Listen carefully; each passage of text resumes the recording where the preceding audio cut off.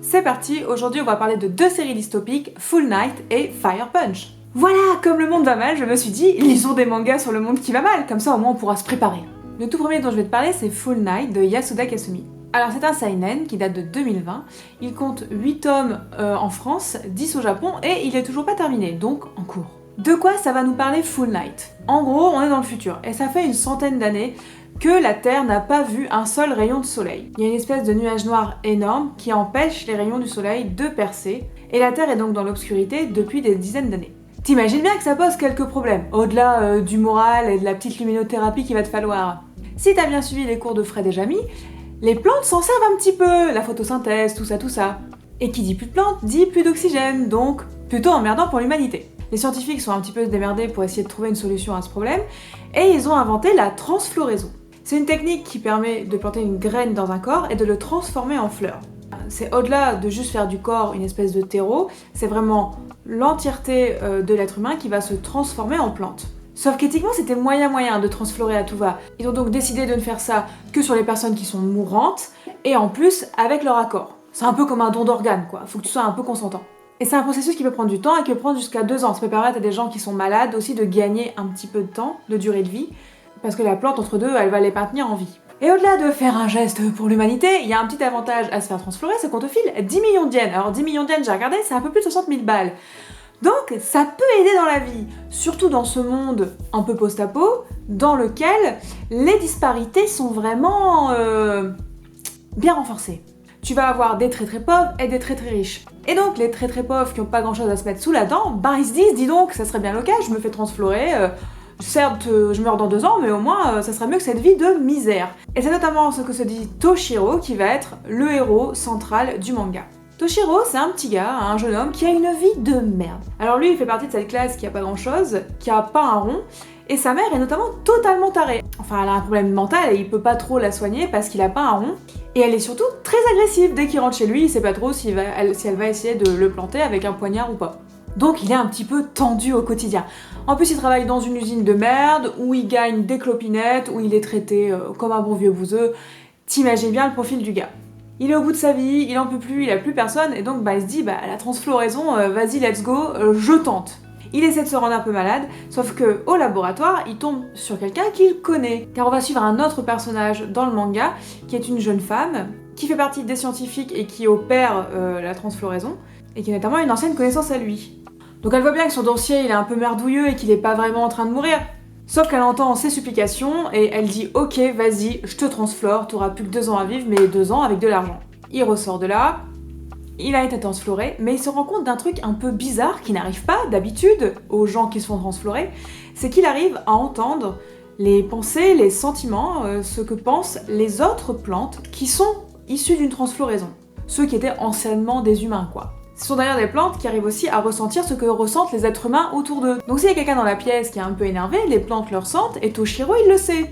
Forcément, les scientifiques ça les intéresse un peu, c'est un cas à part, c'est dingue, donc ils vont essayer de voir avec lui pour en savoir plus. Parce que même s'il transflore les gens, il y a un grand mystère de ce qui arrive à notre conscience, à notre âme, une fois transfloré. Ça, ils en savent rien, donc Toshiro, c'est un bon moyen de le découvrir.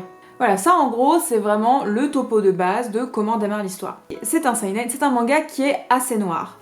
Et qui vont poser des questions assez dures sur le suicide, sur la mort. Que Toshiro, t'imagines bien qu'à un moment, il va se poser des questions aussi. Est-ce que j'ai bien fait de faire ça? Qu'est-ce qui m'a pris? Qu'est-ce que je veux faire de ce temps qui me reste? Et il va avoir aussi tout un volet enquête qui va arriver. Il va avoir une espèce de polar qui va se mettre en place. Parce qu'il va y avoir des meurtres, ils vont essayer de résoudre grâce à Toshiro. C'est un manga qui gère vraiment très bien ces thématiques, qui est hyper agréable à lire, qui est assez profond mais qui déprime pas non plus. Enfin après, moi, il m'en faut beaucoup pour être déprimé, donc ça dépend de qui tu es.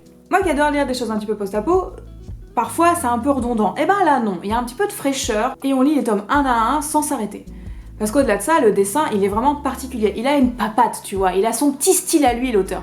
Il y a un dessin comme ça qui est presque un petit peu mouvant. D'ailleurs ça va très bien avec les plantes. Parfois t'as des cheveux qui font des zibouibouis, qui sont des espèces d'hybrides comme ça, entre du cheveu et de la plante. Ça fait un petit peu penser à Hell's Paradise, tu sais, où les personnages se transforment au fur et à mesure, il y a ce petit côté-là dans son style. Et toute la galerie de personnages qu'il propose est hyper intéressante. Tu vas avoir des histoires assez touchantes de gens qui ont connu une transfloraison, dont les proches ont connu une transfloraison. Bref, dans ce futur sans soleil, c'est la merde et ça se ressent. Mais c'est génial. lis Full Night. J'en avais pas souvent entendu parler, donc je sais pas s'il est très connu dans la communauté, mais en tout cas, une pépite, un joyau que j'ai pris au pif et j'ai bien fait de tenter. Ah oui, il y a juste une petite critique que je pourrais faire à Full Night, c'est que j'aime pas du tout les couves. Les couves ne donnent pas du tout envie. Alors ça c'est mon avis, hein, c'est mon avis à moi, c'est subjectif.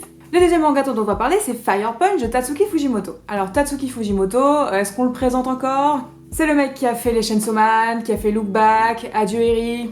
On commence bien à connaître son style et toutes les thématiques qu'il aime aborder.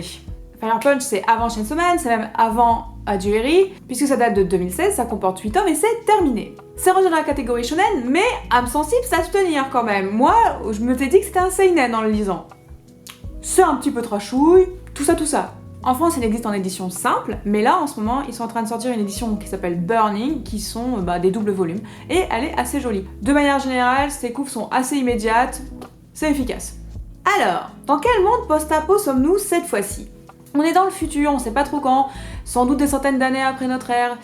Sauf que on se retrouve dans une espèce d'ère glaciaire, puisque la Terre est recouverte de glace. Et t'imagines bien qu'avec une Terre recouverte de glace, pareil, c'est la galère. Donc les pauvres survivants se sont organisés pour survivre là-dedans, mais t'imagines bien que c'est la famine et le chaos qui règnent. Au tout début du manga, tu vas suivre deux jeunes qui s'appellent Annie et Luna, qui sont frères et sœurs. Et en ouverture, tu vois Luna découper un bras de Annie à la hache. Voilà, ça annonce un petit peu la couleur de ce que tu vas trouver après. Sauf que son bras, après, il repousse, car Annie et Luna sont ce qu'on appelle dans ce monde des élus. Tu as quelques personnes, de temps en temps, qui ont des espèces de pouvoirs surnaturels, alors ça veut tout et rien dire, hein, ils peuvent gérer l'électricité, le feu, plein de trucs, tout ça. Et ils ont notamment une capacité, c'est de se régénérer. Donc Annie, son bras après, il repousse, et pouf, il en recoupe un autre. Il se coupe plein de bras comme ça, et il va les donner à tous les gens du village pour qu'ils puissent bouffer. Car ils ont rien à manger au milieu de la pampa, là, dans la glace. Et c'est comme ça qu'ils survivent. Sauf qu'un jour, ce village est attaqué par une espèce de milice avec un autre élu, et quand ils découvrent que ce sont des gros cannibales, c'est quand même un petit peu pas très bien vu, t'as un des élus qui fout le feu à tout et à tout le monde. Comme ça c'est fait, c'est réglé.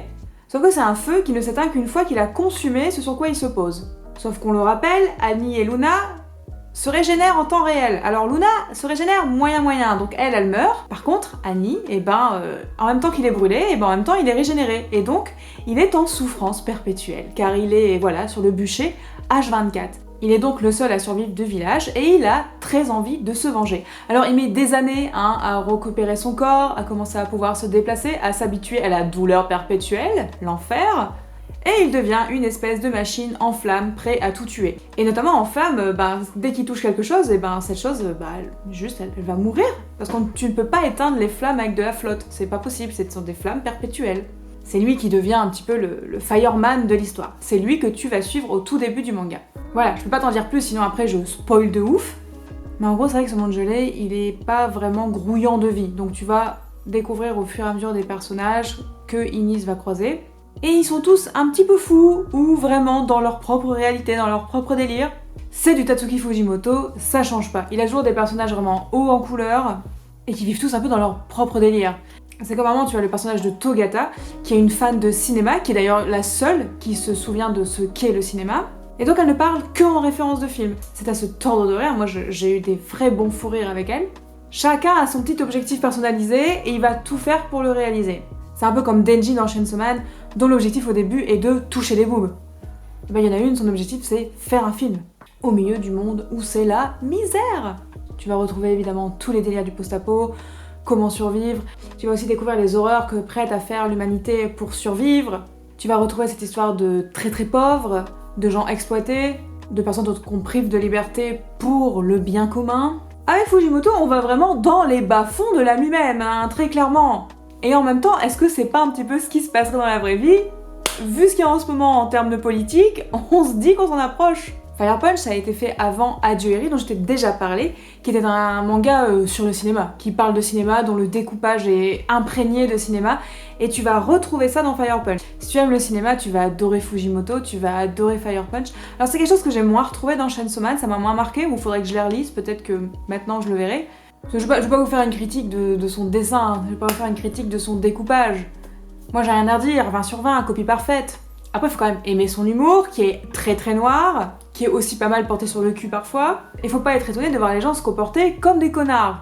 Si t'as aimé les autres mangas de Fujimoto, tu vas aimer Fire Punch, je pense. Enfin, je mettrai pas ma main à couper, mais pas loin. Tiens d'ailleurs, c'est en lisant le manga que j'ai vu que Yuji Kaku était crédité, il devait faire partie de ses assistants à l'époque, j'avais complètement zappé l'info. Yuji Kaku, Hell's Paradise, Araya Shimon, on s'en souvient, on en a déjà parlé. Bah voilà, si t'aimes bien Mad Max, bah c'est le même, mais avec de la glace quoi. Voilà, 2 séries que je suis en train de dévorer en ce moment, je les ai pas terminées, hein, tranquille. Mais ce sont des tueries, et chaque tome de plus me fait vraiment me dire que ce sont des chefs-d'œuvre. Si tu aimes le post-apo, si tu aimes voir les dérives de l'humanité, si tu aimes voir la bonne galère, mais aussi si tu aimes voir des amitiés se créer dans un monde en galère, des corps démembrés, des corps plantés, des dessins maîtrisés, des planches à tomber, bon bah voilà, j'arrête les compliments, on a bien compris, va lire ça. Sur ce, je te laisse et des bisous!